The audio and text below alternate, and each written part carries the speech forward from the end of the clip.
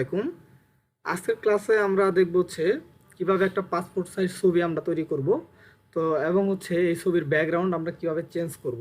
ওকে, তো চলুন শুরু করা যাক। তো আমরা একটা পিকচার নিয়ে আসি। আমাদের একটা পিকচার আমি তুলে রাখছি। তো এই পিকচারটা একটা সাদা জাস্ট ব্যাকগ্রাউন্ড রাখছি আমি। এখানে দেখছি নষ্ট হয়ে গেছে ব্যাকগ্রাউন্ডগুলা। তো একটা কাপড় জাস্ট সাদা কাপড় রাখার পরে সামনে থেকে ছবিটা তোলা হয়েছে। তো এই ছবিটা জাস্ট আমি ব্যাকগ্রাউন্ড নীল করব। তো এখানে আসার পরে আমি সরাসরি ফটোশপে ড্র্যাগ অ্যান্ড ড্রপ করলাম, ঠিক আছে। ওকে, তারপর এখান থেকে আমি জাস্ট প্রথমে সিলেকশন করব। ম্যাজিক ওয়ান টুল নেওয়ার পর আমি এর ব্যাকগ্রাউন্ডটাকে প্রথমে সিলেক্ট করব। জাস্ট এখানে ক্লিক দেওয়ার ফলে দেখছি ব্যাকগ্রাউন্ডটা সিলেক্ট হয়ে গেছে। এখানে আপনারা যে টলারেন্স অনেক সময় 10, 15, 20 থাকতে পারে। আমি জাস্ট 50% করে নিছি। ওকে, তো 50% ডিফল্টভাবে আগে থেকে ছিল। জাস্ট কমও থাকতে পারে, বেশি থাকতে পারে, আপনারা কম বেশি করে এখানে সিলেকশন নিয়ে নেবেন। তো নেওয়ার পর আমি জাস্ট এখানে সিলেকশনে যাওয়ার পরে যে সিলেক্ট অপশন আছে উপরে যাওয়ার পরে এখানে ইনভার্স করে দিছি।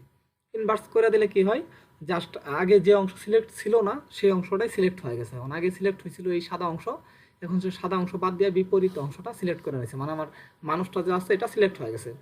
তো এখন এখানে উপরে দেখবো রিফাইন্ড এস লেখা আছে। তো এখানে জাস্ট এই যে আমাদের কিন্তু এই টুলসেই থাকতে হবে, ম্যাজিক ওয়ান টুল। আমরা যদি অন্য টুলে চলে যাই তাহলে কিন্তু এই অপশন চলে যাবে। তো আমাদের ম্যাজিক ওয়ান টুলে থাকা অবস্থায় রিফাইন্ড এস এই টুলসে জাস্ট একটা ক্লিক দিলাম। এখানে উপরে এই অপশনে ক্লিক দিলে আমাদের এরকম একটা অপশন নিয়ে আসবে। ওকে, এখানে আসার পরে আমরা আমাদের এখানে দেখবো যে আমাদের এই যে এখন জুম করি, তো আমাদের দেখছি এইদিকে কিন্তু সাদা সাদা একটা অপশন আছে, যে হ্যান্ড টুলটা নেই। তো সাদা সাদা এখানে কিন্তু অপশন আছে, ঠিক আছে। তো এই সাদা সাদা এই যে এইগুলা কিভাবে আমরা ডিলিট করব। তো আমাদের এখানে দেখবো ব্রাশ টুল, ধরেন রিফাইন রেডিয়াস টুল, আর এটা ইরেজার রিফাইনমেন্ট টুল। তো আমরা নিব রিফাইন রেডিয়াস টুল। ওকে, তো এটা নেওয়ার পরে আমাদের এই যে এখানে দেখছি এরকম ব্রাশ টুলের মতো একটা গোল চিহ্ন আসছে। জাস্ট এটা আসার পরে জাস্ট আমরা এই যে সাদা অংশগুলো যে আছে এর উপর দিয়ে ড্র্যাগ করবো। একটু আরেকটু প্লাস করি আমি, জাস্ট হ্যান্ড টুলটা নেই। তো আমরা কি করব, এই সাদা অংশের উপরে জাস্ট ক্লিক দেবো, হালকা করে, বেশি না, এই যে হালকা ক্লিক দিব। তাহলে দেখছি এই যে সাদা অংশগুলো ডিলিট হয়ে যাচ্ছে। অত বেশি নিব না, ভিতরে নিয়ে আসবো না, তাহলে কিন্তু সমস্যা হবে, ঠিক আছে। এই যে যতটুকু সম্ভব আমরা কাছাকাছি রাখা জাস্ট ডিলিট করে দিলাম। তো এটা ডিলিট হয়ে গেছে। আবার এইদিকে আসি, এইদিকে আসার পরে জাস্ট এই দিক দিয়ে ড্র্যাগ করি আমি এই পর্যন্ত, এই যে। ওকে, আবার বেশি ভিতরে আসবো না, তাহলে কিন্তু এইগুলো ডিলিট হয়ে যাবে। তারপর আমি কি করলাম, এই যে এইদিকে আমাদের যে এইদিকে আসে, এইদিকে দেখবো দাড়ির এইদিকে এরকম হয়ে আছে। তো কন্ট্রোল যেটা আসে একটু, তো আবার এইদিকে একটু দাড়ির অংশ আছে, জাস্ট একটা নিব। 2-3 বার নিলে কিন্তু নষ্ট হয়ে যাবে, ঠিক আছে, একবারে নিতে হবে। তো আমাদের হয়ে গেছে এটা। জাস্ট এটা হওয়ার পরে আমরা এখানে স্মার্ট যে রেডিয়াসটা আছে এটাকে এখানে জাস্ট ক্লিক দিয়া এটাকে 2-3 বাড়াই দিব, ঠিক আছে। তাহলে এদিকের অপশনটা একটু এই যে হালকা সাদা সাদা যে আরেকটু থাকে এটা চলে যায়। তো এখন আমরা নিচে এখানে দেখবো আউটপুট।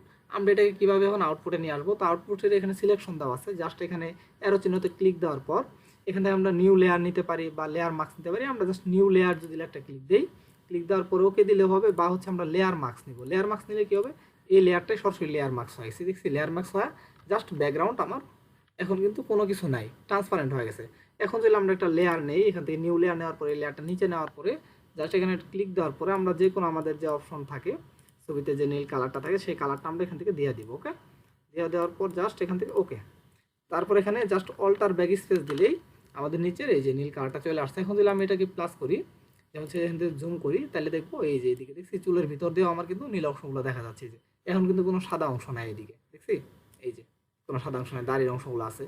তো এইভাবে কিন্তু আমরা করবো। এটা কিন্তু আপনার সাদা ব্যাকগ্রাউন্ড থাকলে একটু সুবিধা হয়, আর সাদা না থেকে অন্য কোনো কালার থাকে সেই ক্ষেত্রেও কোনো প্রবলেম নেই, এইভাবেই করতে পারবেন। জাস্ট যখন ওই যে এখান থেকে ক্লিক দিবেন সাদা অংশের উপর দিয়ে জাস্ট একটু সাবধানতা অবলম্বন করবেন। ওকে, তো আমাদের এটা হয়ে গেছে। তো আশা করি সবাই বুঝতে পারছেন। তো 2-একবার প্র্যাকটিস করলে হয়ে যাবে। এটা মূলত অনেক শর্টকাটে দেখাইছি যেন কোনো সমস্যা কম হয় কাজ করতে গেলে। তো আজকের ক্লাসটা এই পর্যন্তই। সবাই ভালো থাকবেন। আসসালামু আলাইকুম।